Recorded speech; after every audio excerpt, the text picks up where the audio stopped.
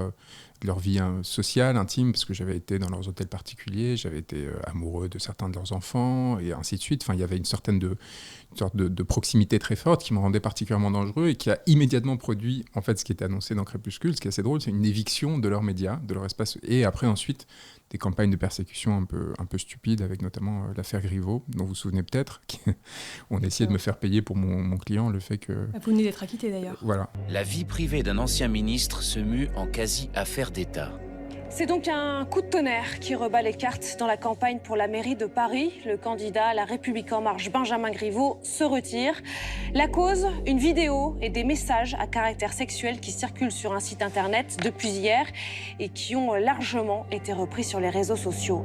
On est sur une situation où du coup on est obligé de composer, d'être assez stratège, de contourner les choses de façon à maintenir un accès à l'espace public, parce que la demande est encore forte. À chaque fois qu'on intervient, en général, il y a une attente assez importante, mais en même temps, ne pas se laisser piéger par justement le fonctionnement des médias mainstream et leur capacité à opacifier votre parole quand ils le souhaitent, et au contraire à la mettre en avant.